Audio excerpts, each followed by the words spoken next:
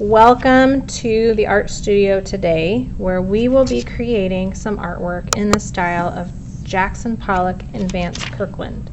To begin our Vance and Jackson project, we are going to use the style specifically related to Vance Kirkland. I apologize, my camera is not wanting to focus. There we go. And so what we're going to start with is an 11 by 15 sheet of paper, and that paper we need to create a border around it with masking tape. So we're going to start with the masking tape section or step. Okay, so we are going to tape off our edges, and this still does not like me today, so we're going to keep fiddling. Okay, so we're going to tape off our edges. To do that, we get our roll of masking tape, and we're going to line up the edge of the masking tape with the edge of our paper, edge to edge. So we have no overhang other than off of this edge and this edge.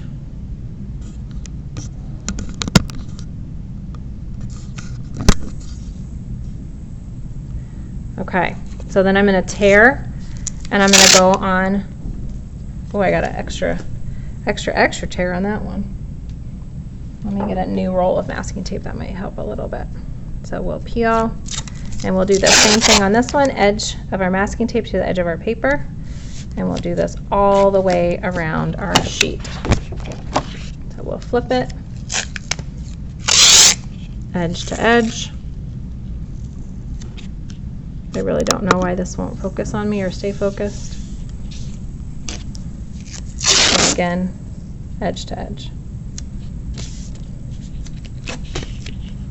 Okay, so once we've got that, we've got all these little overhangs. So what we're going to do is take our scissors, and we're going to trim off those little pieces so that they are not sticking to everything, because that's kind of a nightmare if we're trying to work on a painting and it keeps sticking, or we don't want it to stick.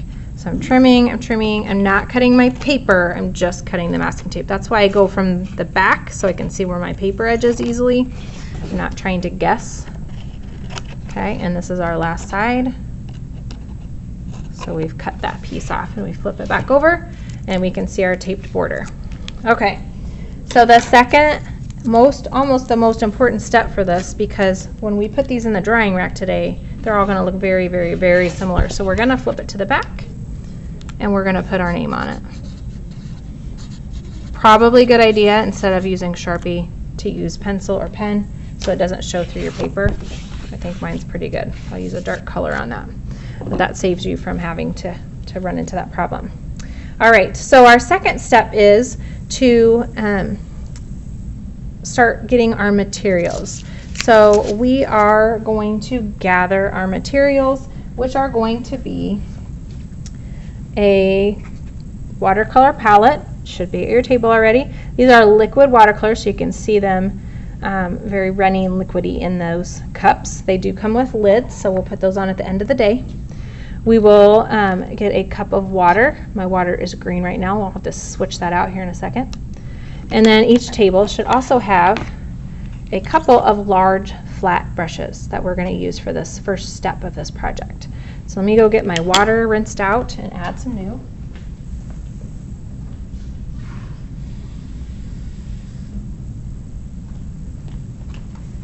So we have our clean water. We also have a medium-sized brush. Okay. So we have our name on the back, we have the tape side facing up, and we're going to load our large flat paintbrush with water. And then we are going to literally paint across our paper so that it has a nice shine to it. We don't want like big puddles of water, but we do want to be able to see that shine on our paper, and we want to work rather quickly after this step. So I've got my water on, and I'm going to put my paintbrush down, and I'm going to go to my colors. And I'm going to use green, blue, and yellow, because those colors are on the color wheel. They're next to each other. And when we are doing this step, we want colors that are going to blend well together when they're put next to each other. So that's why I'm picking these three colors. because they actually look really nice together, and when they mix, blue and yellow make green, so they naturally mix really well together. So I'm just using this paint viscosity. It's a lot thinner and able to move on that wet paper. So this technique is actually called wet on wet because you're using wet paint or wet watercolor on wet paper. So watercolor, wherever there's water, it will move within that water. So that water puddle, that water bubble, whatever water area that is. Okay, now some of this paint, just because of the nature of the mix of the color to the water, which is really the viscosity of the paint, is moving a lot better than others, and some is just not wanting to move at all. So in some cases it helps just to kind of move the paint around with your brush, but it's not necessary. If you like the white in it, then you can leave it. If you want it to stay or you want it to kind of blend more, then you can push those colors together in those areas to make more of a blend. Okay, so I'm really liking this. I do have quite, you can see I have a little stream of water moving here. So I have quite a bit of water and color in this area. And if I let it dry, it'll be okay. It'll look fine. But I also want it to dry, and this is not going to dry very fast. So I'm going to take some of that water out. So I'm going to do a technique called thirsty brush. So I take my water cup, I pull my brush out of it, and I'm going to squeeze all the extra water out. So it's just literally like just wet bristles. It's not sopping wet bristles, just wet. And I'm going to touch it to that area that I want to get rid of some of that water, and it's sucking that extra paint and water up into the bristles. It's kind of acting like a vacuum. So we call this technique thirsty brush for obvious reasons. So it's kind of going in there real thirsty, and then it's just all that paint out of there. Okay, so it's getting rid of some of that extra that we don't really need. A lot of times this is helpful on edges. So on this little puddle edge where there's a lot of blue that I don't really need, I can slurp that up with my brush. And I'm just going to squeeze that extra out, and I'm going to slurp up this little extra bit over here. Okay. Sometimes you don't want to do that, and sometimes you do. That's a decision that you will have to make. Okay, so we taped off our edges, we gathered our supplies, we layered the paper with water, clean, clear water, and then we quickly went into the 3 colors that we picked to intermix on our paper. And this technique is called wet on wet.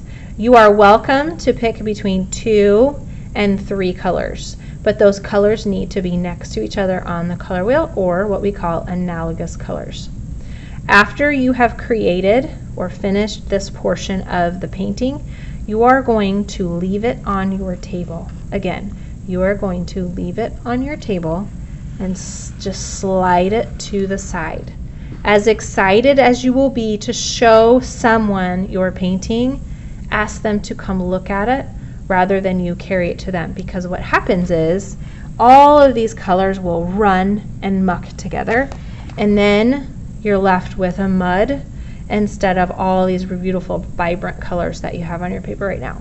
So you are going to slide it over to the side and let it dry for the remainder of the class period, and you're going to pick up your shoe design or your sketchbook and work on one of those 2 things until the end of class when I give you the cleanup signal. And at that point your paper should be dry enough to set in the drying rack without things running everywhere. So we'll carefully set it in the drying rack, and then we will put all of our other supplies away, and we will be ready to come in the next day to work on layer 2, which is a different type of paint and a different technique altogether, that we will create another layer similar to those that were created by Vance and Jackson. And I look forward to seeing your creations. Have fun, and I will see you next time.